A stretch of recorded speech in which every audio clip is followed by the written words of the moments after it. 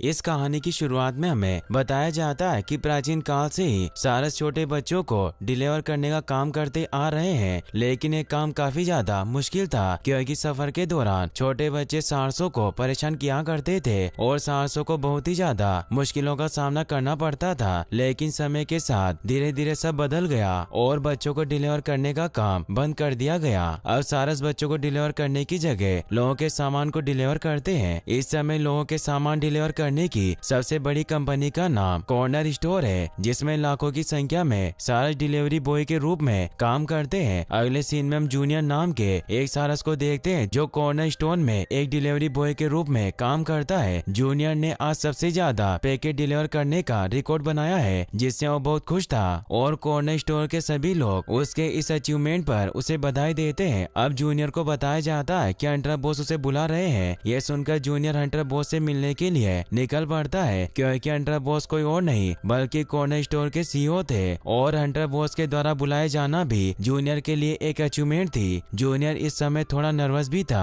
अब जूनियर जब Hunter boss के ऑफिस में पहुंचता है तो देखता है कि हंटर बॉस एक कांच की खिड़की के पास खड़े थे जहां से तेज रोशनी अंदर आ रही थी। हंटर बॉस जूनियर से पूछते हैं कि तुम्हें पता है कि मैंने अपने ऑफिस में कांच के शीशे क्यों लगवाए हैं। इस पर जूनियर बोलता है कि मुझे नहीं पता। यह सुनकर हंटर बॉस जूनियर को अपने पास बुलाते हैं और बाहर दिखाते हुए कहते हैं कि बर्ड्स बाहर से कांच को नहीं देख सकते, लेकिन मैं यहाँ से उन्हें देख सकता हूँ और उनके काम की निगरानी करता हूँ। अब बहुत ही जल्द ये जिम्मेदारी तुम्हें निभानी पड़ेगी क्योंकि तुम्हारे काम को देखते हुए तुम्हें हंटर स्टोर का नया सीईओ बनाने का निर्णय लिया गया है। हंटर बॉस की बात सुनकर जूनियर बहुत खुश होता है। इसके बाद हंटर बॉस जूनियर को एक कहानी सुनाते हैं जिसमें वो बताते हैं कि बहुत साल पहले जब सारस बच्चों को डिलीवर करने का काम किया करते थे तो उस समय एक सारस जिसका नाम जस्पेरो था, उसे डिलीवरी करने के दौरान एक छोटी बच्ची पसंद आ गई और अब वो किसी भी तरह उस छोटी बच्ची को अपने पास रखना चाहता था और वो इसके लिए जिद करने लगा। लेकिन स्टॉक्स के लिए बनाए गए नियम के अनुसार कोई भी सारस एक इंसानी बच्चे को अपने साथ नहीं रख सकता और जस्पेरो जो कर रहा था वो नियम के खिलाफ था, इसीलिए जस्पेरो से उस बच्ची को छीन लिया गया और इसी दौरान उस बच्ची का एड्रेस डिस्क भी नीचे गिरकर टूट गया। अब जस्पेरो तो वहाँ से निकल गया, लेकिन हम उस बच्ची के एड्रेस डिस्क के टूटने की वजह से उस बच्ची को उसके सही पते पर डिलीवर नहीं कर सके और तब से वो बच्ची यहीं पर स्टोर में रहती है। वो छोटी बच्ची अब बड़ी हो चुकी है, लेकिन काफी ज्यादा जिद्दी और अग्रेसिव है और हर समय कुछ न कुछ बनाती रहती है, जिससे कंपनी को फायदा तो कम लेकिन नुकसान काफी ज्यादा होता है। इसके बाद हंटर बॉस जूनियर से कहते हैं कि अब क्योंकि तुम जल्दी ही कॉर्नर स्टोर के नए सीईओ बनने वाले हो, इसीलिए तुम्हें काम दिया जाता है कि तुम किसी भी तरह उस बच्ची को कंपनी से बाहर निकालो ताकि कंपनी को होने वाला लॉस कम हो सके। हंटर बॉस की बात सुनकर जूनियर उनसे कहता है कि सर आप चिंता ना करें, मैं सबको संभाल लूंगा। इसके बाद जूनियर उस लड़की के पास जाता है। उस छोटी लड़की का नाम टूलिप था और वो इस समय एक ऊंची सी जगह पर खड़ी होकर तो टूलिप अपने उड़ने वाले गैजेट्स की मदद से जूनियर के पास आने की कोशिश करती है, लेकिन इस दौरान टूलिप और उसका साथी अपना बैलेंस खो देते हैं और इधर उधर उड़ने लगते हैं। ये देखकर जूनियर उन्हें रोकने की कोशिश करता है, लेकिन इसका कोई भी फायदा नहीं होता और कॉर्नर स्टोर कंपनी में आग लग जाती है, जिससे कंपनी और भी घाटे में चली जाती है। यानी कि जूनियर पहली बार में ही अपने मिशन में फेल हो गया था और इससे पहले कि जूनियर गुस्से में टूलिप को कंपनी से बाहर निकालता, उसे पता चलता है कि आज टूलिप का बर्थडे है, इसीलिए वो चाहकर भी टूलिप को कंपनी से बाहर नहीं निकाल पाता। अब जूनियर किसी भी तरह से टूलिप के अजीबोगरीब एक्सपेरिमेंट को रोकना चाहता था क्योंकि इससे कंपनी को काफी ज्यादा नुकसान होता था, इसीलिए जूनियर किसी तरह टूलिप को बंद पड़ी बेबी मेकिंग डिपार्टमेंट हेड बना देता है और उसे कहता है कि यहाँ का सबसे पहला रूल है कि तुम्हें यहाँ से बाहर नहीं जाना है। इसके बाद जूनियर वहाँ से चला जाता है। टूलिप सालों से बंद पड़ी बेबी मेकिंग डिपार्टमेंट का हेड बनकर बहुत खुश थी क्योंकि ये उसके लिए एक बड़ी बात थी, लेकिन जल्दी वो सालों से बंद पड़ी बेबी मेकिंग फैक्ट्री में अकेले रहने से बोर हो जाती है और खुद से ही बातें करने लगती है। इसके बाद हम नेड नाम के एक लड़के को देखते हैं जो अपने घर में अकेले खेल रहा था क्योंकि उसके पार्टनर अपने काम में ही बिजी रहते थे और नेट पर ज्यादा ध्यान नहीं देते थे, जिसकी वजह से नेट खुद को बहुत अकेला फील करता था। नेट जब अपने घर के बाहर दूसरे बच्चों को अपने भाई बहनों के साथ खेलते हुए देखता था तो उसे बहुत बुरा लगता था क्योंकि उसके साथ खेलने वाला कोई भी नहीं था। अब एक दिन जब नेट अपने कमरे में उदास बैठा था कि तभी उसे स्टोर कंपनी की पुरानी एड दिखाई देती है जिसमें बताया गया था था कि अगर आपको भी एक बेबी की जरूरत है तो हमें कांटेक्ट करके बताएं। एड देखकर नेट भी खुद के लिए स्टॉक को एक निंजा भाई के लिए लेटर लिखकर सेंड कर देता है। इसके बाद हम टूलिप को देखते हैं जो बेबी फैक्ट्री में अकेली होने की वजह से खुद से बातें कर रही थी कि तभी उसे नेट का लेटर मिलता है, जिसे पाकर टूलिप बहुत खुश होती है क्योंकि फाइनली उसे किसी बेबी को बनाने का मिशन मिल गया था। वहीं दूसरी तरफ हम जूनियर को देखते हैं जो हंटर बॉस को बता रहा था कि उसने टूलिप के मैटर को सॉल्व कर दिया है। यह सुनकर हंटर बॉस जूनियर से बहुत खुश होता है कि तभी कंप्यूटर पर बेबी फैक्ट्री से टूलिप की वीडियो आने लगती है। यह देखकर जूनियर किसी तरह कंप्यूटर को ऑफ कर देता है और हंटर बॉस से बहाना बनाकर टूलिप की तरफ निकल पड़ता है। अब जूनियर किसी भी तरह से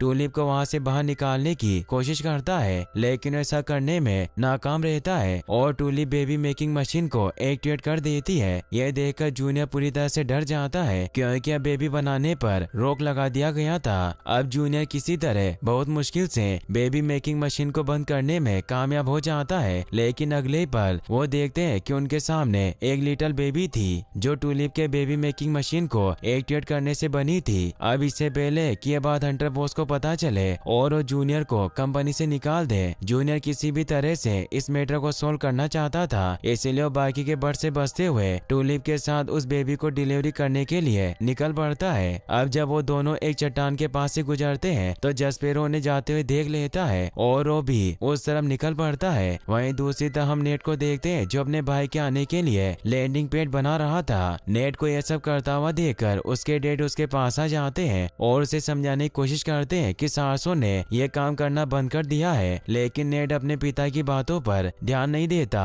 और ने वापस भेज देता है। अगले सीन में हम टोडी नाम के एक बर्ड को देखते हैं जिसे जूनियर और टूलिप पर शक था कि जरूर वो उससे कोई बात छुपा रहे हैं, इसीलिए अपने ड्रोन पर बैठकर उनकी तरफ निकल पड़ता है। दूसरी तरफ जूनियर और टूलिप अपने एरोप्लेन में बैठकर बेबी को डिलीवर करने के लिए जा रहे थे, लेकिन सफर के दौरान टूलिप जूनियर को काफी ज्यादा परेशान कर रही थी और अब जूनियर टूलिप पर गुस्से में चिल्लाता है तो डरकर एरोप्लेन से नीचे गिरने लगती है, लेकिन इससे पहले कि वो नीचे गिरती जूनियर उसे पकड़ लेता है। अब यहाँ पर टूलिप को बेबी के रोने की वॉइस आने लगती है। यह देखकर टूलिप जूनियर के मना करने के बावजूद भी बेबी को बॉक्स से बाहर निकालने की कोशिश करने लगती है और इस दौरान इनकी प्लेन क्रैश होकर नीचे गिर जाती है, लेकिन इस दुर्घटना में जूनियर और टूलिप दोनों साफ साफ बच जाते हैं। अब इन्हें याद आता है कि बेबी बॉक्स में कोई हलचल नहीं हो रही है, जिससे वो दोनों डर जाते हैं और जब वो बॉक्स खोलकर बेबी को देखते हैं तो बिल्कुल सही सलामत थी। ये देखकर जूनियर और टूलिप को थोड़ी तसल्ली मिलती है। अब क्योंकि इनकी शिप पूरी तरह से डिस्ट्रॉय हो चुकी थी, इसलिए जूनियर बेबी को लेकर अकेले उसे डिलीवर करने के लिए निकल पड़ता है, लेकिन कुछ ही दूर जाने के बाद कुछ भेड़िए जूनियर पर अटैक कर देते हैं और उसे बंदी बनाकर अपनी गुफा में ले आते हैं। अब भेड़िए बेबी को खाने वाले थे, लेकिन वो बेबी की प्यारी सी मुस्कान देखकर उस पर फिदा हो जाते हैं और वो बेबी को हमेशा के लिए अपने पास रखने का फैसला करते हैं। भेड़ियों की बात सुनकर जूनियर बोलता है कि चलो अब बेबी को उसका ख्याल रखने वाले मिल गए हैं और हमारा काम भी खत्म हो गया है, लेकिन टूलिप जूनियर की बात से एग्री नहीं करती थी और वो किसी भी तरह से बेबी को उसके रियल फैमिली तक पहुंचाना चाहती थी। अब टूलिप किसी तरह बहुत मुश्किल से भेड़ियों को चकमा देकर बेबी और जूनियर के साथ वहां से निकल जाती है। इसके बाद भेड़िए इनका पीछा करना शुरू कर देते हैं क्योंकि वो किसी भी तरह से बेबी को हासिल करके उसे अपने पास रखना चाहते थे। भेड़िए बहुत दूर तक टूलिप और जूनियर का पीछा करते हैं, लेकिन टूलिप और जूनियर किसी तरह बहुत मुश्किल से भेड़ियों से पीछा छुड़ाने में कामयाब हो जाते हैं। भेड़िए छोटी बच्ची के जाने की वजह से बहुत दुखी थे। इसके बाद हम जसपेरो को देखते हैं जो ये सब देख रहा था और वो माय बेबी बोलकर एक बार फिर छोटी बच्ची का पीछा करने लगता है। वहीं दूसरी तरफ हम नेट को देखते हैं जो अपने डेट के साथ अपने ब्रदर के लिए हेलीपैड बना रहा था कि तभी वहाँ पर नेट की मोम आ जाती है जो नेट को अपने डेट के साथ ऐसा करते हुए देखकर हैरान थी। यहाँ पर नेट के डेट उसकी मोम को समझाते हैं कि हमें नेट के साथ समय बिताना चाहिए और उसे प्यार करना चाहिए क्योंकि पहली बार नेट वीडियो गेम से बाहर रियल वर्ल्ड में कुछ करने की कोशिश कर रहा है। यह सुनकर नेट की मोम भी नेट की हेल्प करने के लिए राजी हो जाती है। वहीं दूसरी तरफ हम टूलिप और जूनियर को देखते हैं जो बेबी को चुप कराने और उसकी देखभाल में लगे हुए थे। अगले सीन में हम टोडी को देखते हैं जो जूनियर और टूलिप का पीछा करते हुए कुछ जानवरों के ग्रुप से मिलता है और उनसे जूनियर और टूलिप के बारे में पूछता है, लेकिन वो जानवर टोडी को कुछ नहीं बताते क्योंकि उन्हें कुछ पता ही नहीं था। इसके बाद हम जूनियर और टूलिप को देखते हैं जो बेबी का ख्याल रखने में बिजी थे। यहाँ पर टूलिप जूनियर को ये भी बताती है कि उसे लगता है कि एक न एक दिन उसके पेरेंट्स उसे जरूर मिल जाएंगे, इसीलिए वो अपने टूटे हुए एड्रेस डिस्क को लॉकेट बनाकर हमेशा अपने पास रखती है। टूलिप की बातें सुनकर जूनियर इमोशनल हो जाता है और वो टूलिप को विश्वास दिलाता है कि एक न एक दिन उसे उसके पेरेंट्स जरूर मिलेंगे। इसके बाद हम टोडी को देखते हैं जो एक दूरबीन की मदद से दूर से जूनियर और टूलिप को उस बेबी के साथ देख लेता है और ये बात जानकर अपने बॉस को बता देता है। जूनियर का बॉस ये सुनते ही अपनी हेलीकॉप्टर में बैठकर जूनियर को ये डिलीवरी देने से रोकने के लिए निकल पड़ता है, क्योंकि अब कॉर्नर स्टोर बच्चों को नहीं बल्कि सामान की डिलीवरी करती है। इसके बाद हम जूनियर और टूलिप को देखते हैं जो थके होने के बावजूद भी बेबी का अच्छे से ख्याल रख रहे होते हैं। वहीं दूसरी तरफ नेट के माता पिता भी नेट के साथ टाइम स्पेंड कर रहे थे और वो नेट के आने वाले भाई के लिए घर को सजाने में उसकी मदद कर रहे थे, यानी कि अब नेट खुद को अकेला फील नहीं कर रहा था। इसके बाद हम टोडी को देखते हैं जो अपने कंप्यूटर की मदद से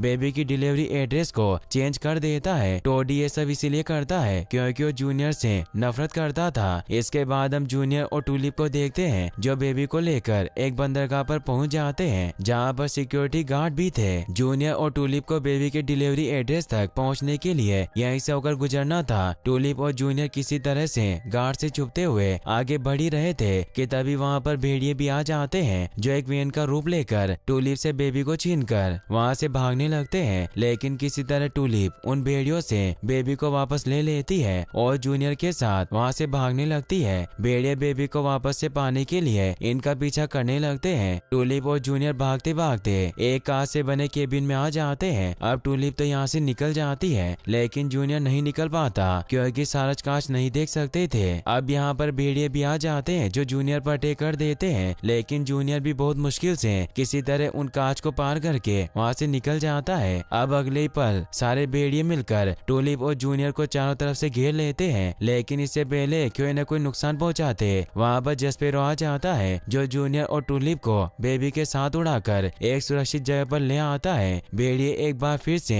बेबी को अपने से दूर जाते हुए देखकर बहुत दुखी थे। जस्पेरो टूलिप को बताता है कि सालों पहले वो जिस बेबी को अपने पास रखना चाहता था वो कोई और नहीं बल्कि टूलिप ही थी, लेकिन ऐसा करना नियम के खिलाफ था, इसलिए सभी बर्ड्स ने मिलकर मेरा विरोध किया और इस दौरान तुम्हारा एड्रेस डिस्क भी टूट गया। कुछ समय बाद मुझे अपनी गलती का एहसास हुआ और मैं सालों तक इस टूटे हुए एड्रेस डिस्क के पार्ट को ढूंढता रहा ताकि मैं तुम्हें तुम्हारे घर तक पहुंचा सकूं, लेकिन वो मुझे कभी नहीं मिला और अब मैं सुसाइड करना चाहता हूं। जस्पेरो की बात सुनकर टूलिप उसे बताती है कि डिस्क का टूटा हुआ हिस्सा मेरे पास है और वो जस्पेरो को वो टूटा हुआ हिस्सा देती है। अब जस्पेरो जब उस टूटे हुए हिस्से को उसकी सही जगह पर लगाता है तो डिस्क एक्टिवेट हो जाती है। यह देखकर टूलिप बहुत खुश होती है क्योंकि अब वो अपने रियल मॉम डैड से मिल सकती थी, लेकिन टूलिप जूनियर से अलग होने से दुखी भी थी। अब टूलिप न चाहते हुए भी जूनियर और बेबी से विदा लेकर जस्पेरो के साथ अपने मॉम डैड से मिलने के लिए निकल पड़ती है और कुछ देर बाद अपने घर पहुंच जाती है। इस समय टूलिप बहुत नर्वस थी, लेकिन जस्पेरो से समझाता है कि तुम्हारा ही घर है, तुम्हें घबराने की कोई जरूरत नहीं है, अब जाओ और अपने मॉम डैड से मिलो। वहीं दूसरी तरफ हम जूनियर को देखते हैं जो बेबी को लेकर उसके घर पहुंच जाता है, लेकिन वो गलत जगह पर पहुंच गया था क्योंकि टोडी ने बेबी के एड्रेस को चेंज कर दिया था। यहाँ पर जूनियर को उसका अंडर बॉस मिलता है जो जूनियर से बेबी को छीनकर उसे घर के अंदर कैद कर देता है और बेबी को लेकर वहाँ से निकल जाता है। अगले सीन में हम नेट के घर को देखते हैं जहाँ पर एक पुलिस इंस्पेक्टर एक नोटिस लेकर नेट के घर आता है और वो नेट से कहता है कि अब कभी भी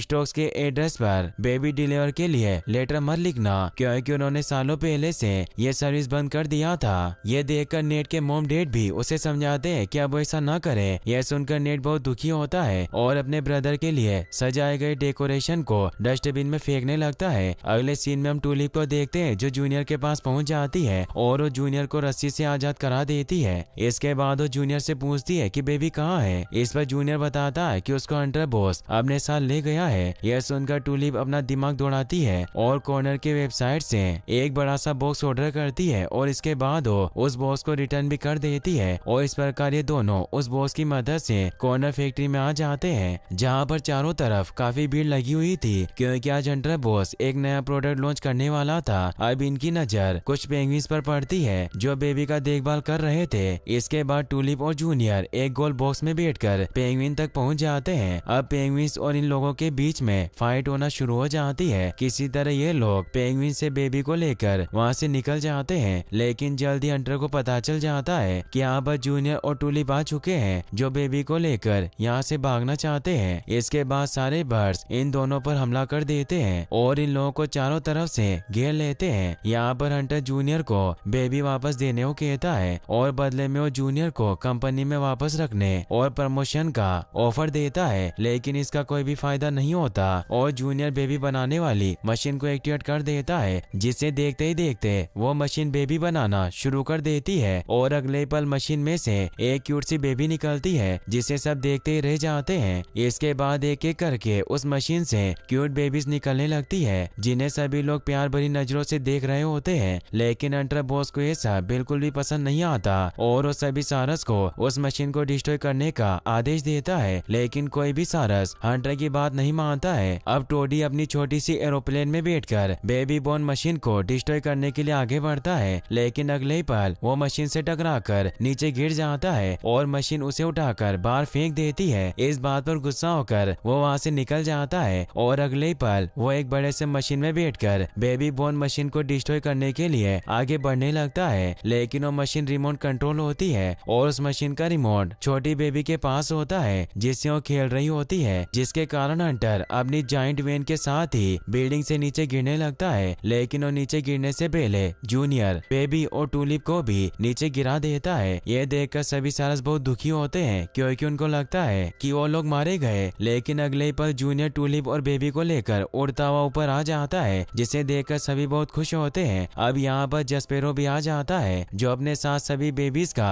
एड्रेस भी लाया था, जिसे देखकर सभी बहुत खुश होते हैं। इसके बाद सभी सारस एक बार फिर से शहर में बेबी डिलीवरी करने का काम शुरू कर देते हैं। अगले सीन में हम जूनियर और टूलिप को देखते हैं जो बेबी को उसकी रियल फैमिली तक पहुंचा देते हैं और नेट अपने ब्रदर से मिलकर बहुत खुश होता है। बेबी से बिछड़ने के बाद जूनियर बहुत दुखी होता है। इसके बाद सभी बर्ड्स मिलकर टूलिप को उसके घर तक छोड़ने जाते हैं और जब टूलिप अपने घर का दरवाजा खोलती है तो वो देखती है कि उसकी फैमिली में ढेर सारे मेंबर होते हैं जो अगले ही पल टूलिप के गले से लग जाते हैं। ये देखकर टूलिप बहुत खुश होती है और इसी हैप्पी एंडिंग के साथ ये मूवी यहीं पर खत्म हो जाती है। गाइस, आपको ये वीडियो कैसी लगी मुझे कमेंट बॉक्स में जरूर बताना और अगर आप ऐसी और वीडियोस देखना चाहते हैं तो इस वीडियो को लाइक करने के साथ साथ चैनल को सब्सक्राइब जरूर कर लें। Thanks for watching.